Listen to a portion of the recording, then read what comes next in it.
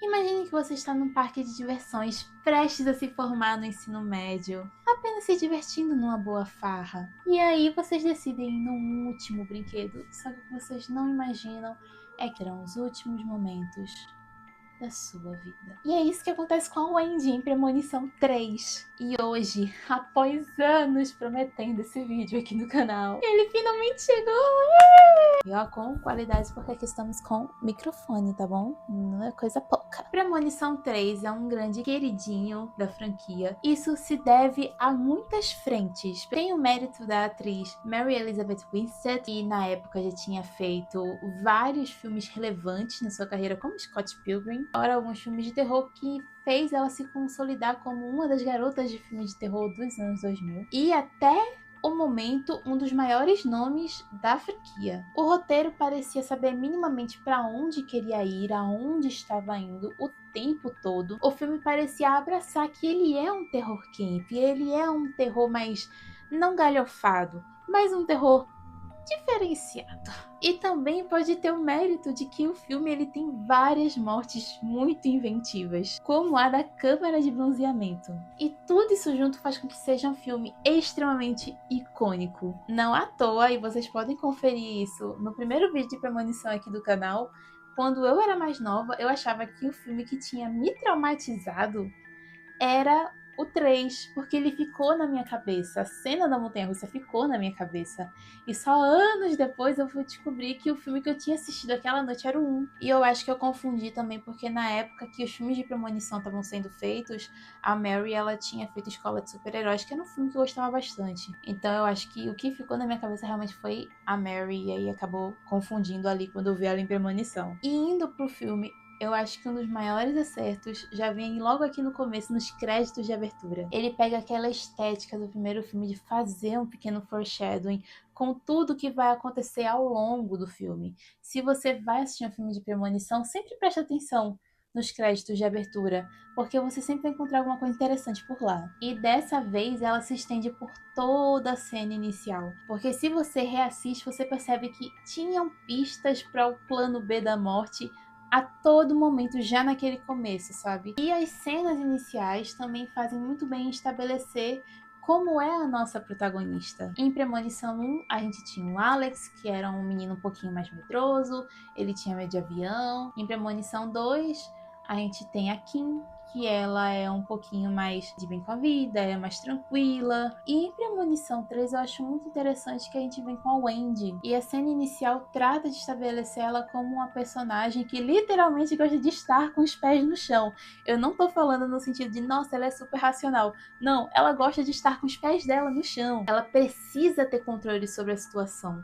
E essa é uma característica que vai rondar ela o filme inteiro. E essa constante necessidade de estar atenta para ter o controle da situação faz com que ela tenha uma certa sensibilidade ao oculto que acontece ao redor dela. E é interessante que eles tenham trazido isso para a protagonista porque, tá, corria o risco de tornar ela uma personagem extremamente chata, extremamente insuportável. Mas, na realidade, dá muita verossimilhança a todas as ações dela dentro do filme. E até das ações dos personagens ao redor sobre ela. Ela não quer ir nos brinquedos junto com as outras pessoas porque ela quer ficar no lugar que ela sabe que ela vai ter estabilidade e que nada vai acontecer com ela. Ela precisa se convencer de que todo passo que ela der vai ser um passo seguro. Pra gente, ela é super confiável. Mas pros personagens ao redor, ela é uma paranoica. A gente sempre fala, nossa, eu faria isso no filme de terror. Eu faria aquilo no filme de terror.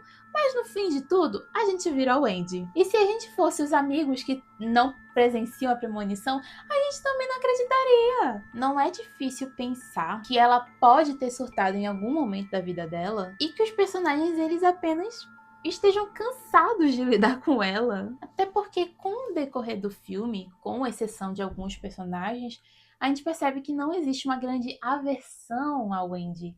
Tipo, não é que os personagens odeiem ela, isso a gente vai entrar um pouquinho mais depois, mas os personagens entendem ela de uma certa forma. Eles podem não ser os mais simpáticos, podem não ser os mais amigáveis, mas todo mundo ali se entendia de uma certa forma porque tava todo mundo ali estudando junto. Mas enfim, eu entendo esse tópico porque vai ser importante mais pra frente. Todos estão ali se divertindo nos brinquedos radicais, curtindo esse momento que não volta mais, que é a graduação da escola. Aqui no Brasil, que a gente chama esse momento de aula da saudade, mas a Wendy ela não tá interessada nos brinquedos. Ela corretamente está interessada em ficar com os pés no chão, tirando foto da turma pro anuário. Lá fora, quando uma turma se forma, eles fazem um álbum oficial de formatura, que é para vender e agariar fundos para a formatura deles, para fazer uma festa bem bonita, pá. É para isso meio que serve o anuário. Quem estudou fora pode me corrigir, mas eu entendo que é mais ou menos isso. E aqui, já nesse começo do filme, a Morte parece brincar um pouco com a sensibilidade da Wendy para as coisas, sabe? Mexendo com as fotos que ela tira. Um exemplo que eu gosto muito é um brinquedo que se chama High Dive. Na foto que ela tira se transforma em High Dive. Uma foto estourada aqui, outra mal iluminada ali. Então assim, das duas, uma. Ou a Wendy é uma péssima fotógrafa e foi chamada pro anuário, porque enfim. Ou a Morte estava tirando uma com a cara da Wendy antes dela morrer, né?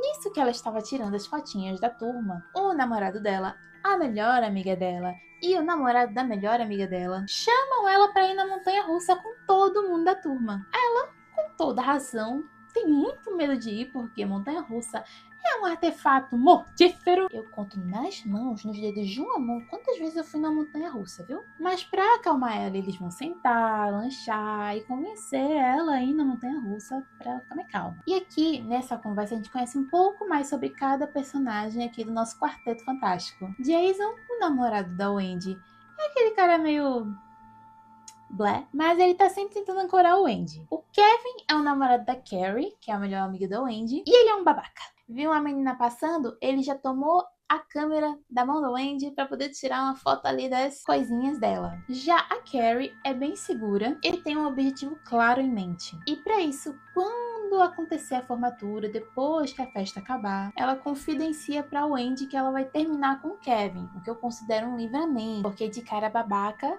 a gente fica longe. Depois que eles terminam tudo que eles têm que fazer, eles vão lá pra fila da montanha-russa. Lá a menina começa a olhar ao redor, vê que não é um negócio tão 100% seguro como prometeram. A Wendy começa a ficar nervosa, dá vertigem, dá taquicardia, tá todos os problemas do mundo nela. A bichinha quase morre só de pensar nos problemas que aquela tá vendo e nas 5 mil coisas que poderiam dar errado. E não eram poucas, porque tinha a velocidade de milhões do brinquedo contra a staff de centavos que estava cuidando desse brinquedo. Tinha líquido vazando dos trilhos, tinha gente tentando burlar a fila da montanha-russa, um monte de coisa. E vocês lembram que eu falei que o Jason era um cara meio blé? Por que meio blé, Bia? Porque assim, eu, num primeiro momento, falei, não, ele é um cara carinhoso. Só que depois dessa cena aqui, eu pensei, não, não, eu terminava na hora. Porque não dá pra dizer que o cara é um bom namorado a partir do momento que ele tem que tirar cara ou coroa porque ele não quer ir atrás com a namorada que tá com medo. Na primeira oportunidade de abandonar o Andy, ele foi. Ele vai, tira uma moeda e fala assim pro Kevin: cara ou coroa, pra ver quem fica atrás com ela, porque ela tá com medo de ir na frente. A paciência que tem que ter com esse tipo de cara não é só santa, não. É a Santíssima Trindade inteira. Mas enfim, o Kevin perde na sorte da moeda.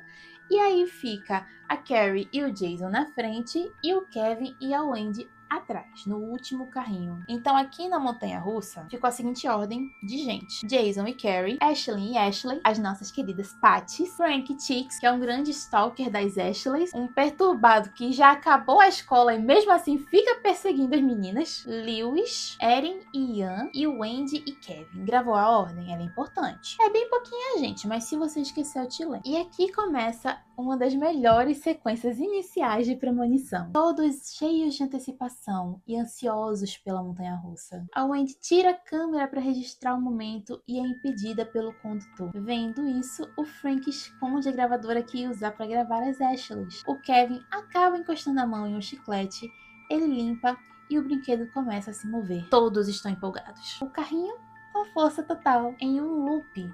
O Frank, ele pega a gravadora para gravar o corpo das meninas em movimentos da física.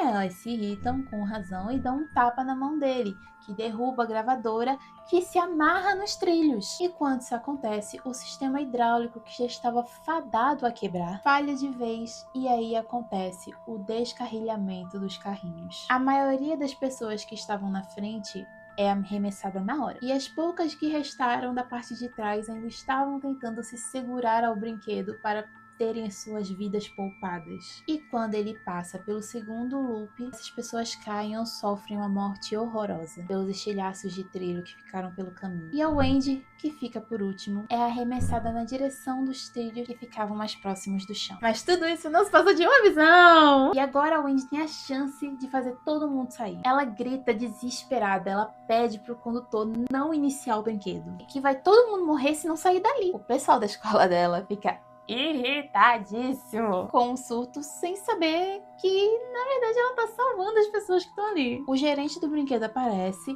e ele fala que ele pode liberar as cadeiras traseiras do brinquedo. Aí a Wendy sai. O Kevin vai atrás porque ele jurou pro Jason que ia proteger ela. O Lewis fica irritado e na hora de sair acaba acertando uma cotovelada na Erin sem querer. E aí o Ian se irrita porque a Erin levou uma cotovelada e aí ele vai bater no Lewis. Esse sim tá com a namorada até o final. As Ashleys acham a situação toda o fim da picada e saem do brinquedo e o Frank vai junto de chaveiro. Só quem fica na montanha-russa é o Jason e a Carrie. E os gatos pingados sem importância. E assim, não é como se eles não quisessem sair da montanha-russa. Eles queriam sair.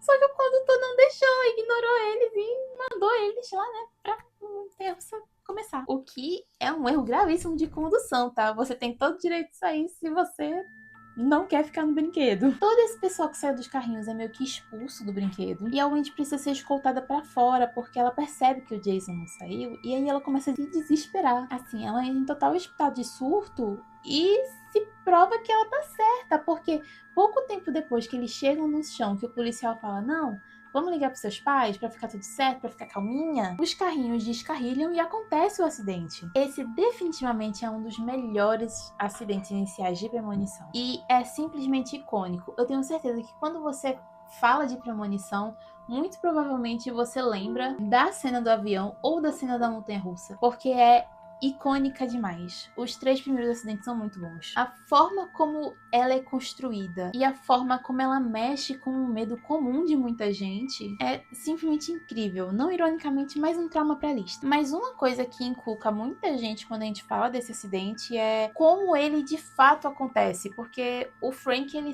saiu do carrinho. Na visão da Wendy, o estopim pro descarrilhamento de carrinhos é a gravadora do Frank que se amarra ali nos trilhos. Mas uma vez que ele é retirado da equação, não teria como esse acidente acontecer. Pra mim, nesse momento do filme, fica bem claro que existiam vários gatilhos para o acidente acontecer. Tinha muitas coisas erradas acontecendo ali na condução daquele brinquedo, daquela estátua. Como se a morte tivesse plantado várias alternativas para ter certeza que aquilo iria acontecer. Até porque, quando a gente para pra pensar, um acidente ele não acontece por apenas um fator. Acontece por vários fatores. A gente fica sabendo que foi como se fosse uma falha hidráulica na condução do brinquedo, que pode ter sido o estopim sim, mas a gente viu que o brinquedo ele não era 100% seguro, 100% bem vistoriado. E que nada impedia mais alguém de estar com uma câmera ali, porque uma vez que alguém vê que a pessoa de trás teve a câmera confiscada, a coisa mais fácil do mundo é esconder o que você tá guardando, o que vai ser confiscado. O Frank tá ali ou não?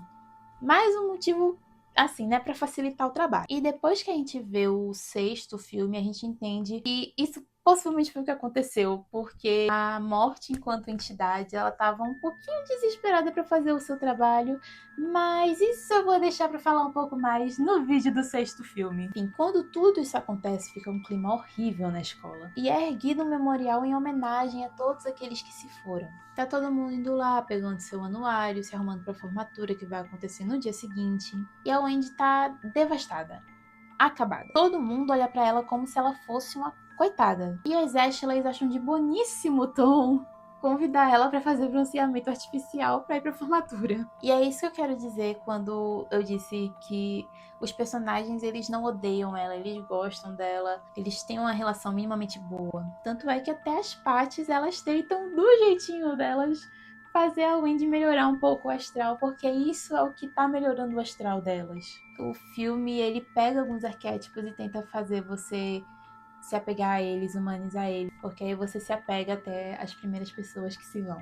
Voltando aqui, quando a Wendy tá voltando pra casa, aparece o Kevin, dizendo que tudo que ela falou pra ele podia ter sentido, e que alguns anos antes, em outra cidade, teve um acidente de avião, e as pessoas que escaparam desse acidente começaram a morrer de forma misteriosa, uma por uma. E ele finaliza dizendo que muito possivelmente era o que estava acontecendo com ela. Depois de toda essa explicação sobre o acidente 180, ela manda um belíssimo vai se lascar. Tem nem como julgar ela. Coitada, acabou de perder a namorada, acabou de perder a melhor amiga. Em pleno fim de ensino médio, em um acidente horroroso. E aí, quando ela volta pra casa, ela ainda vai ter que aturar pé no saco da irmã dela, que só sabe reclamar. Mas graças aos céus, a irmã dela, Julie, percebe. Tá passando um pouquinho do limite. E dá uma pausa no chilique que tava fazendo sobre a pulseira dela, que era herança, que a avó delas deixou pra ela, e pipipi, popopó. E pergunta se pode levar a câmera pra formatura. E a Wendy diz que ela pode pegar sim a câmera, só que ela tinha que finalizar ali alguns arquivos que estavam pendentes. Ao mesmo tempo que estava acontecendo essa conversa calorosa entre irmãs, as Ashleys, elas estavam indo para o bronzeamento. Todas nós sabemos o que acontece em Premonição quando a protagonista e os personagens secundários ficam intercalando a mesma cena. Pois bem, as Ashleys, elas chegam lá e se deparam com o dono da clínica tendo uma pequena discussão pelo telefone. Normalmente, ele não deixaria clientes sozinhas na clínica, mas como são as Ashleys, ele confia nas Ashleys. Quem não confia nas suas pates fiéis? Elas são praticamente sócias de tanto que elas vão lá. Então, assim, que mal haveria deixar elas sozinhas com as máquinas de bronzeamento de luz UV? Nem eu. Pra ir lá fora reclamar um pouquinho. Ninguém vai morrer. A única coisa que ele pede é: joguem fora o refrigerante para não danificar as máquinas, porque elas entraram bebendo refrigerante, um copão deste tamanho de refrigerante suando assim. Ele sai, coloca uma pasta como peso de porta, o que já denota que este homem é o quê? Uma rara espécie de anta. Elas não aceitam jogar o refrigerante fora e entram em um lugar cheio de máquinas com fio e tomada. Elas colocam o refrigerante em cima da mesa, aumentam a temperatura da máquina e do lado da máquina tem uma placa bem grande, dizendo não pode passar de tal temperatura. Se passar daquela temperatura vai dar bem ruim para elas. E para passar o tempo, elas decidem pegar um CDzinho para colocar ali, né, no toca-disco delas. E aí elas se penduram na prateleira, o que acaba fazendo com que a prateleira fique levemente solta. Elas entram na máquina e se fecham. O design tá montado. Inicialmente ela tá vendo as fotos e sente um negócio meio estranho. A mesma sensação que ela já sentiu quando estava prestes a embarcar na montanha-russa. Ela sente que deveria ligar para as Ashleys, mas mal sabia ela que já era tarde demais. E uma vez que o plano da morte começa, nada pode parar ele. O refrigerante vai derretendo e com isso acaba dando defeito no termostato, que começa a aumentar a temperatura das máquinas. As prateleiras que estavam se soltando começam a dar mais indícios de que elas vão cair, só que elas não escutam o barulho, né, da madeira prestes a cair, porque elas estão de fone com a música no talo. Até que tudo acontece meio que de uma vez. A pasta que estava segurando a porta, como se fosse o Homem-Aranha segurando o trem, ela não consegue mais aguentar. E a porta se fecha, o homem percebe que cagou com as duas lá dentro. E ele tenta abrir a porta, só que ele não consegue, porque agora a pasta está emperrando a porta. Elas começam a perceber que está um pouquinho quente demais. E quando elas vão abrir para checar, elas se queimam, porque a lâmpada já está super aquecendo. A prateleira cai em cima delas e assim elas ficam presas dentro da máquina. E a distância conseguimos ver que a máquina começa a pegar fogo de dentro para fora, com um corte seco para o caixão delas. Essa fatalidade ficou extremamente icônica por toda a forma como ela acontece. E eu fico muito feliz que essa foi a forma como os roteiristas escolheram deixar, porque quem teve o DVD de Premonição 3 sabe que era um filme com várias rotas alternativas. E a rota alternativa da morte das Ashleys era por eletrocução. Era bem menos interessante como sequência. O diretor estava bem inspirado aqui. E agora, sempre que você lembra do filme, você lembra dessa cena. Voltando ao funeral, a Wendy começa a pensar que talvez aquilo que o Kevin falou pra ela seja de fato verdade. Ela reencontra o Kevin na frente da lápide do Jason e eles começam a debater sobre o assunto. E aqui a gente percebe que o filme ele tenta trazer algumas discussões bem interessantes, alguns debates mais profundos sobre sentimentos e sensações, como em lugares onde a morte está mais presente, a gente começa a ter mais certeza sobre o quão finita é a nossa existência.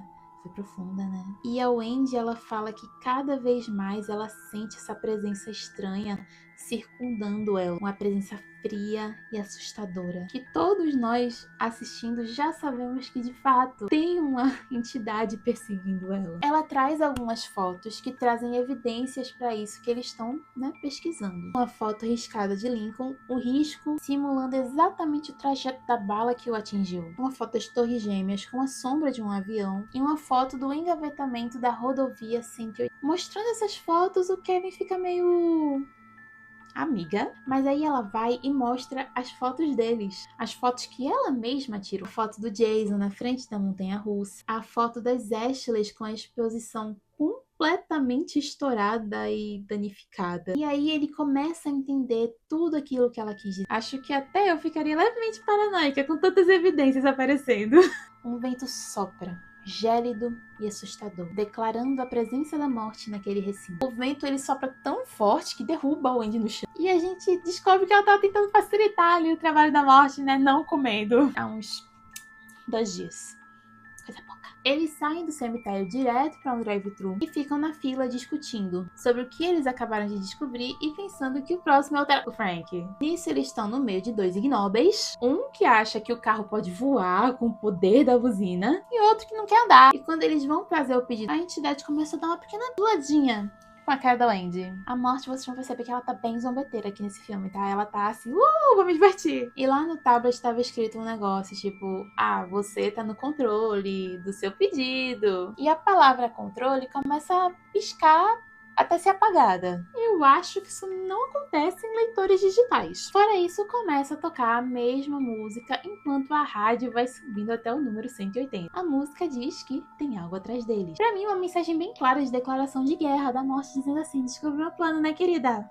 Agora tu vai sofrer. A Wendy olha pro lado, olha pro outro e tem um fucking caminhão sem noção de espaço tentando esmagar o carro deles. E tem outro caminhão vindo ladeira abaixo sem o motorista. Eles avisam o carro de trás, mas eles percebem que mesmo que o carro de trás saia, eles não vão conseguir dar a baliza, dar ré, dar sei lá das quantas. Eles tentam falar com o cara da frente, mas o cara da frente só dá o dedo no meio. Eles tentaram avisar. O Kevin quebra o vidro da frente e assim eles pulam pra fora do carro. No que eles chegam ao chão, sangue é jorrado por todo lugar. E um colar cai do lado deles. O colar da sorte de Frank Chase. Pra mim, tarado maluco tem mais que se lascar mesmo. A polícia vai ao local e pega ali os depoimentos deles, porque eles acabaram de passar por um trauma. Um acidente levemente brutal, miolos voando, coisa pouca.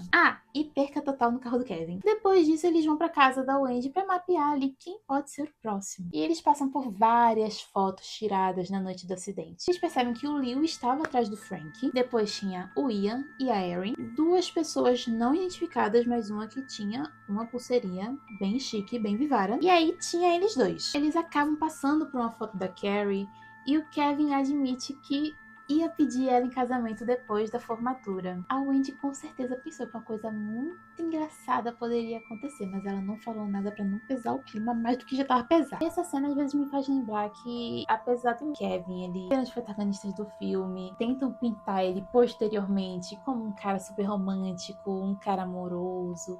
Não dá pra não lembrar que ele ainda é um babaca e por isso, muito provavelmente, a namorada dele queria terminar com ele. Não tem humanização certa nesse caso. Eles também resolvem não ver as fotos de si mesmos pra não ficarem muito paranoicos. E no lugar deles, eu não sei se eu faria essa mesma opção, sabe? Porque eu sou ansiosa. Se eu sei que tem uma entidade sobrenatural cheirando meu cangote pra me matar e eu não vou poder me defender de forma alguma, meu amor, eu olhava aquela foto era na hora. Depois eu me virava com o meu psicológico. Percebendo os padrões da foto do Lewis, eles correm para avisar o pobre coitado que estava acontecendo tudo isso. Ele estava na academia do time dele e quando eles explicam tudo que tá acontecendo. Obviamente, o cara não acredita e começa a dizer suas razões pra não acreditar neles. Na minha cabeça, ele era um pouquinho mais rude, mas depois que eu reassisti o filme, eu percebi que não era tanto, e o que ele diz é até que bem interessante. Ele diz que não tinha motivo para ter medo da morte e que ele podia vencê-la, a evitando porque ele sabia exatamente onde ele iria estar daqui a alguns anos. Ele sabia exatamente o que fazer para conseguir chegar lá. E não era pensando na morte que isso ia acontecer. Ele ia ser um grande nome do país, ele ia ser um grande atleta. Nós temos essa sensação de que a gente é invencível, que somos maiores que nós mesmos, e o filme faz questão de trazer isso no Lewis. Normalmente os atletas, eles são esse alívio cômico em filmes de terror, os babacões, mas aqui a gente percebe que não, tá, ele tá sendo babaca, mas ainda não chegou no nível de alguns idiotas de filmes de terror. Ele não vê sentido nisso, mas ele entende por que a Wendy acredita nisso. Até a agressão que ele comete no começo do filme é meio acidental. A briga com o Ian já não foi tão acidental assim. Então foi legal revisitar esse filme, rever essa parte e ver que eu tinha pensado no Lewis de uma forma muito errônea durante muito tempo. E ele não é só mais um pedaço de carne que tá lá pra servir pra encher linguiça no filme, sabe? Inclusive, pouco se fala no trauma que essa cena gera, tá? Enquanto eles estão conversando, surge uma pequena animosidade ali na academia, que faz com que aconteça uma pequena reação em cadeia. Que cai um negócio de uma estátua, que bate no som, que bate num cara, que bate nas espadas, que corta o fio de segurança da máquina do Lewis, que estava sentado em descanso entre uma série e outra. Por sorte, nada acontece. Mas o Lewis se anima com isso de haha, sou invencível, meu Deus! E levanta o peso da máquina. E tava com os fios cortados, devo lembrar a vocês. E as anilhas da máquina se fecham nele. Que estúpido! Teve algumas máquinas na academia que, pro meu personal conseguir me convencer a usar, ele teve um bom trabalho por causa dessa cena. Mas uma coisa que eu acho bem interessante desse acidente é que a foto mostra exatamente como estaria o estado dele após o plano B da morte. Já que tem vários elementos que remetem à força, a treino, a time. E a cabeça dele é a única parte do corpo dele que não aparece por ele estar muito abaixo fazendo força. Gosto muito da foto dele e da foto das Ashley, são fotos muito bem compostas. Depois desse trauma, eles decidem que é hora de adicionar mais um para a coleção. E vão visitar o Ian e a Erin no trabalho deles, que é onde? Num armazém de construção. Eita, que aí a morte vai poder ser bem criativa. Lá os dois estão finalizando o inventário para poder ir para casa, mesmo com o Ian agindo feito um psicopata, atirando pregos nos pombos. Eles estão ali de boa e chegam quem eles acham que são doidos, ou seja, a Wendy e o Kevin. Como é o casal gótico, você imagina que eles vão, acreditar ali na história. Não, aqui eles são bem céticos e só trabalham na base da ciência dos fatos. E para eles não é factível, na realidade é estapafúrdio pensar que uma série de coincidências que não têm ligação uma com a outra possam na verdade ser plano de uma coisa maior. Os dois olham para a foto deles e eles pensam, tá, eu vou ser acertado por bandeirinhas de festa?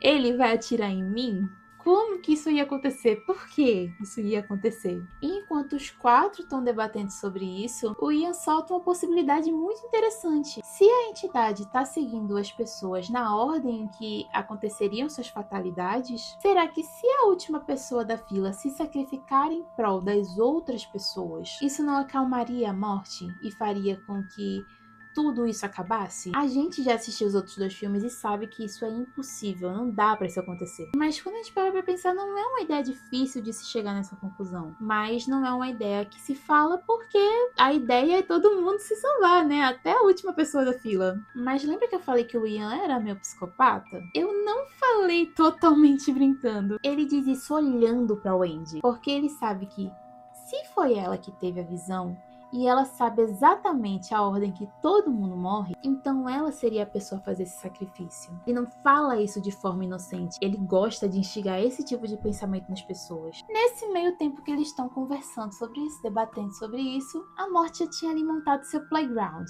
Porque sem o Ian ver, uma corrente bateu na ignição de uma empilhadeira e ela começa a andar sozinha. E essa empilhadeira para depois de bater numa estante e derruba várias tábuas de madeira pontiagudas para cima do Ian. Para a sorte dele, a Wendy se liga que isso vai acontecer e empurra ele pro lado.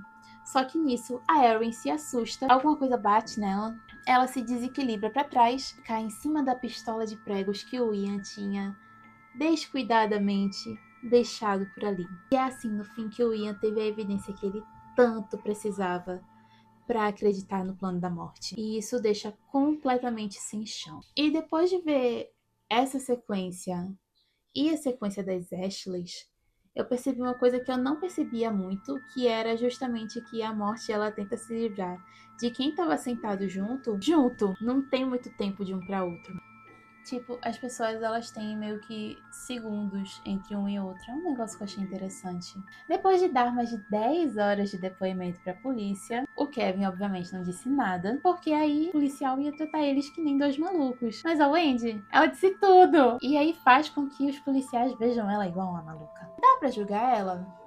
Dá sim, mas depois de tanta coisa acontecendo, o cérebro já tá totalmente fritado. E até o momento ela fez menos burradas do que o Alex e a Kimberly, então tô perdoando ela. Depois de 10 horas presa no mesmo lugar, ela pensa assim, quer saber? Seja lá quem eram essas duas pessoas, já devem estar fazendo festa com Jesus, então assim, eu vou focar em me proteger. E ela decide ir pra casa ver as fotos dela com o Kevin. Quando eles estão saindo da delegacia, eles passam por quem? O encosto do Ian. Que já dava pra fazer o quê? Já dava pra fazer teste pra ser o Alexandre em A Viagem. Agora que ele perdeu sua cara metade, ele tá com um olhar de 1000 navalhas para o Andy. Porque na cabeça dele, tudo é culpa dela. Porque quando a gente não consegue lidar com os nossos próprios sentimentos, não é a gente que tem culpa. São os outros. Somos perfeitos, somos irretocáveis. O Kevin, o pai do Kevin, leva ele pra casa porque, como eu falei antes, o carro do Kevin deu perda total, não tem nem 2 dias. E naquele dia, ele tinha um trabalho de segurança para fazer no festival que aconteceu na cidade, no tricentenário da cidade. Que, curiosamente, também é o sobrenome do Ian. McKinley, interessante. E vai toda a cidade pra lá, menos a Wendy, porque ela tá ali se preocupando com o luto dela e em ficar viva. A Wendy decide tirar um cochilinho da tarde, depois de tanto tempo em alerta. E a irmã dela entra no quarto na mesma hora, pra pegar a pulseira que a avó delas deixou pra ela. Que inclusive é uma pulseirinha bem chique, bem vivara. Eu sinto que eu já falei isso antes. Ela vai pro festival e aí a Wendy acorda, porque a amiga da Julie tá buzinando na janela. E ela tinha parado as fotos bem naquela foto que tinha as pessoas misteriosas na frente deles. E aí essa bênção, ela resolve dar zoom na foto pra poder saber quem era a pessoa ali, porque ela teve uma leve desconfiança. E ela descobre pela pulseira que a pessoa estava usando que quem estava na frente dela era a própria irmã, Julie. Ela liga pra irmã que não atende e logo em seguida liga pro Kevin e avisa que as pessoas que estavam na frente deles eram a Julie e uma amiga não identificada. E ele diz que assim, qualquer coisa que acontecer com elas, o próximo são eles.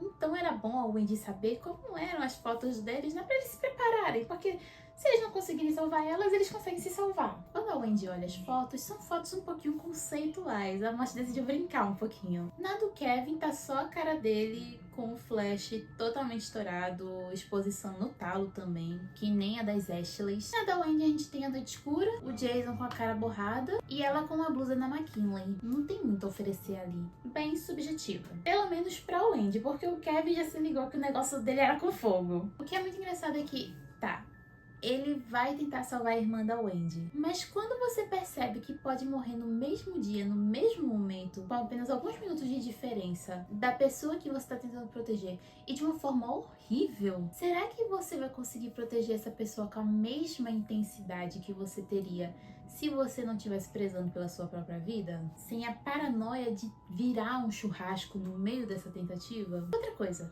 como a Wendy não imaginou que a própria irmã estaria na montanha-russa, porque assim, ela tirou uma foto da irmã dando dedo do meio pra ela. Ela sabia que a irmã dela era inconsequente. Ela sabia que a irmã dela tava ali no parque. Então assim, se fosse a minha irmã, depois de brigar bem feio comigo, ela me meteria numa bolha e falaria assim, você só sai daí, minha filha, quando eu resolver esse negócio. E eu só poderia falar, sim senhora, já tô aqui dentro mesmo, não tenho nem direito de fala. Enfim, aqui a gente entra nos últimos 20 minutos de filme.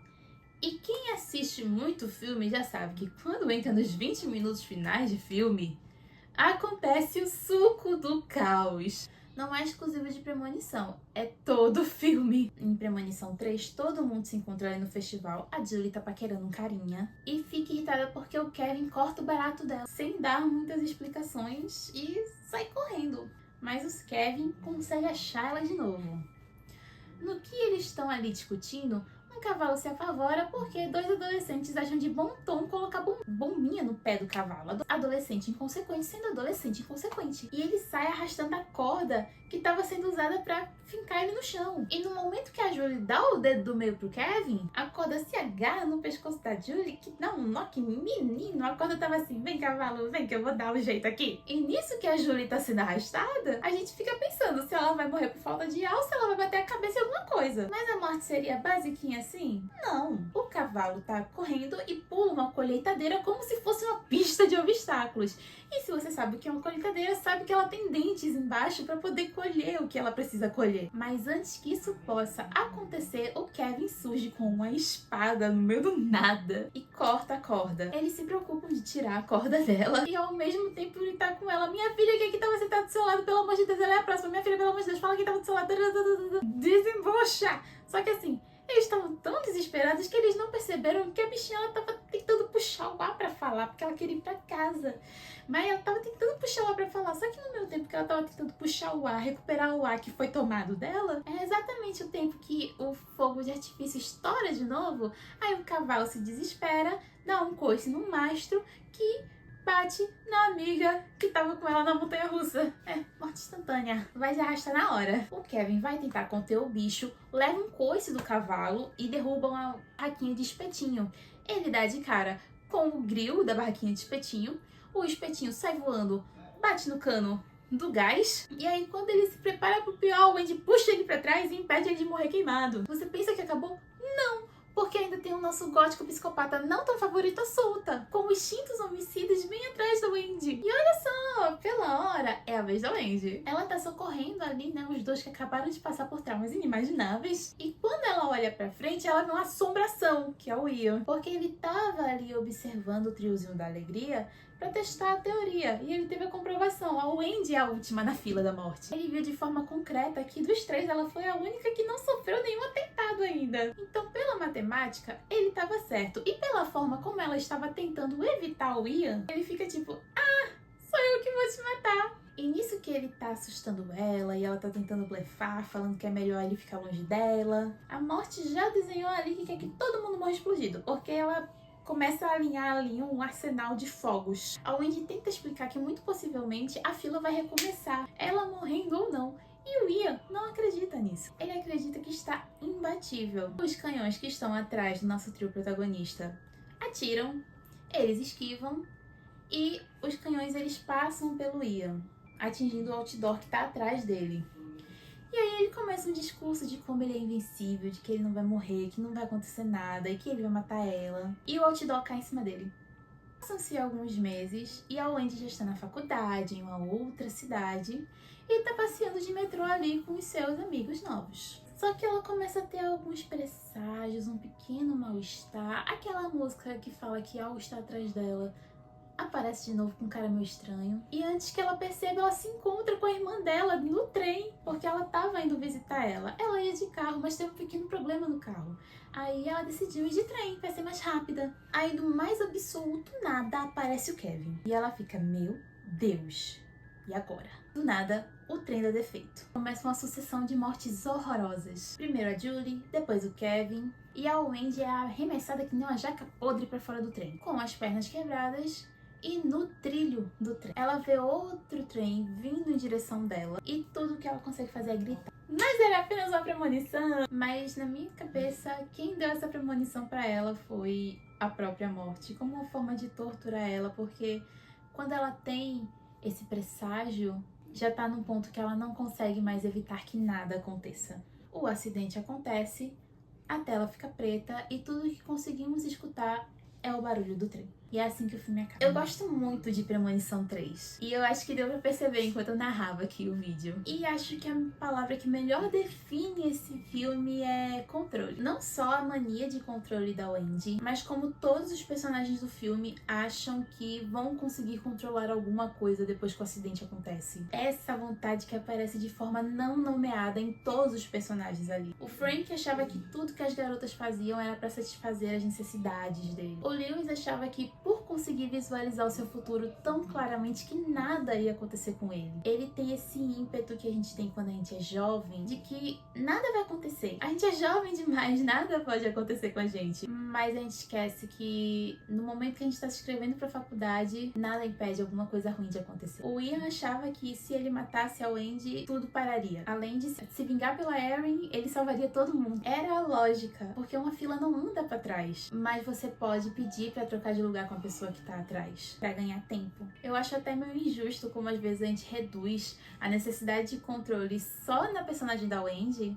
quando é uma característica muito forte de todos ali, só que em graus diferentes. E na verdade eu acho que é um dos filmes da franquia mais interessantes em questões de estrutura narrativa. Ele tem muitos defeitos, ele tem alguns furos sim, mas ainda tem uma construção muito interessante na forma como ele tenta trazer os temas que a gente conversou aqui. Mas vamos debater sobre isso nos comentários. Eu quero muito conversar com vocês sobre esse filme. Eu tenho certeza, pelas minhas lembranças, que o quarto filme não vai dar pra trazer tantas discussões como a gente fez nesse aqui. Mas eu vou dar meu melhor pra conseguir arrancar alguma coisa. Já podem esperar um vídeo um pouquinho mais rápido do que esse vídeo de Premonição 3 que eu prometi há uns 2 anos? Perdoe, por favor. Mas enfim, espero que vocês tenham gostado. Deixem eu curtir, compartilhem pra me ajudar. Não esqueçam de comentar suas opiniões sobre esse filme aqui. Eu amo discutir sobre filmes com vocês. E eu vejo vocês na semana que vem. Beijos!